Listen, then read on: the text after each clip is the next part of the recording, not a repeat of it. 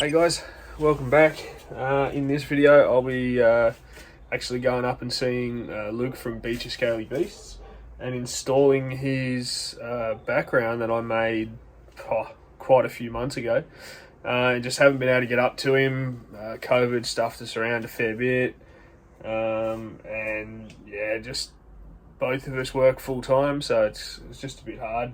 It's about a 2-hour trip, so I haven't actually shown this on the channel, but I thought I'd just give you a quick look. This is one that I did early on. It's made out of grout, and it's on a insulation foam panel. Now, I changed away from using the grout. It works. It just, under heat and cooling and the expansion and things like that, it does tend to crack. Hence why I went to the pointing. Now, in saying that, this is still a very solid, very, I'm going to say, good way of doing it, but you will end up getting hairline cracks. So I will show you a few of them that have developed, but it's nothing that looks out of place or anything like that. It's not like a terrible open gaping hole or anything like that. So just these tiny little hairline cracks, but I'll give you a quick close-up of the actual background. So that's it. Now this is for his Kimberley rock monitor, which I will show some of his stuff at his place when we go there. So tomorrow I'll take you on a trip and we'll head up to the Northern Beaches and go and see Luke, and also to pick up my new frogs. So last night I got the tank set up inside where it's going to live, which is awesome. It looks great, sounds great with the waterfall. And also I made so to go along with his background, because like I said, it is a removable one, so you don't get as sort of the same feel in a tank. It's literally just the back. So what I did again early on, I've made this basking rock, so that will pretty much sit like that. I mean, he can move it around wherever he wants, turn it, whatever, but that there is a little basking rock that I created, so that it can retain some heat.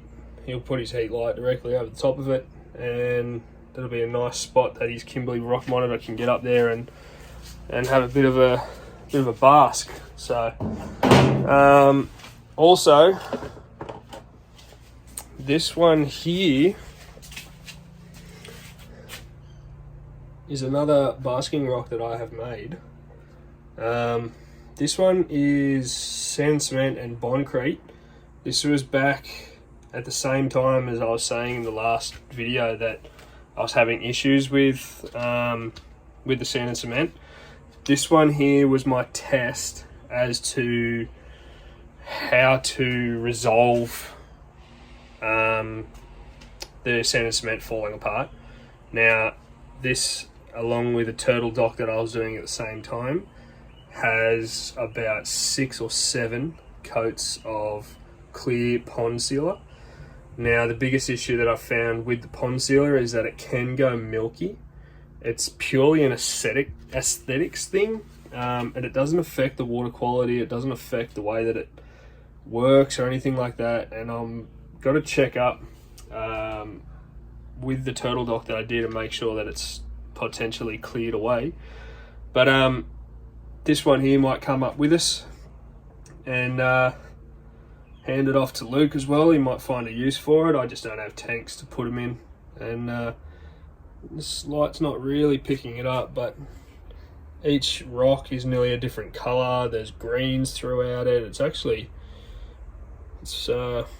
pretty happy with the way this one came out. And this one is made with insulation foam, so it is solid as. And I've also just chucked together a couple of little, these weren't the test rocks, these ones were simply just some other rocks I had laying around. So these ones are just the brick red oxide with the pointing over expanding foam with some black thrown over the top of it, same as this one.